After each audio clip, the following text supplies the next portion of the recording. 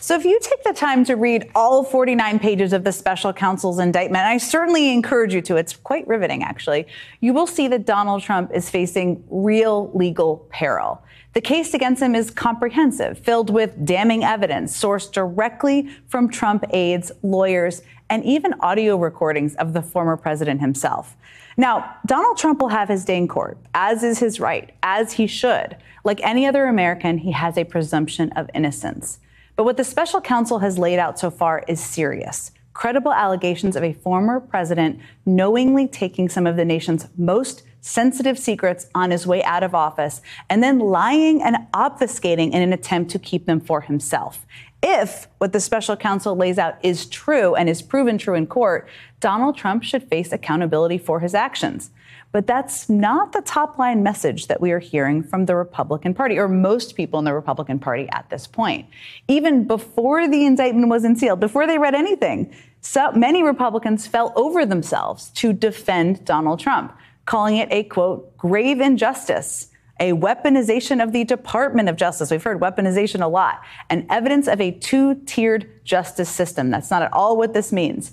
Again, this was all before we even knew what was in the indictment. And then when we did get the details in the indictment, they kept up that party line. Outside of a small handful of Republicans, the line that most are yet again using is that Donald Trump is a victim of an unfair system. And how many times have we heard that before? It sounds very familiar, right? Look back to Donald Trump's first impeachment, when Trump threatened to withhold military aid to a foreign ally in exchange for an announced investigation into his political opponent. Ultimately, in that case, Republicans weren't defending the substance of Trump's conduct. The problem for them was who was leading the investigation, House Democrats at the time.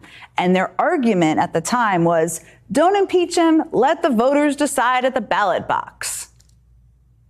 We have a presidential election in November where the people of this country can weigh in and make their voices heard.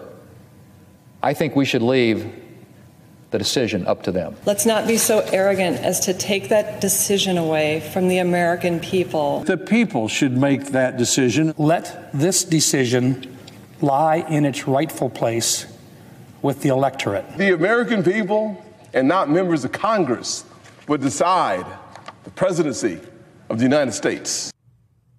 Well, here's the thing. The people did decide. And in 2020, they voted to remove Donald Trump from the White House. But then suddenly, some of the same Republicans said, actually, wait a second, it shouldn't be up to the voters or the American people. Again, outside of a small handful, Republicans entertained and echoed Trump's rhetoric about a rigged 2020 election, and the amping up of election conspiracy all fed into the violence on January 6th. It's all related. When it came time to hold Trump accountable for that and his role in that, when they conducted a second impeachment, a majority of Republicans opted not to. Many said it wasn't the right venue, since by the time of his impeachment, he was a former president. So, just to summarize here, it's too political if Donald Trump is impeached. It's too untrustworthy if Donald Trump is voted out. But what happens if Donald Trump is charged through the legal system? Well, according to many Republicans, that's not legitimate either. If Donald Trump is charged for his conduct by a local district attorney, it's gross overreach. And if he's charged by federal prosecutors, it's a banana republic prosecution of a political opponent, apparently regardless of the actual substance.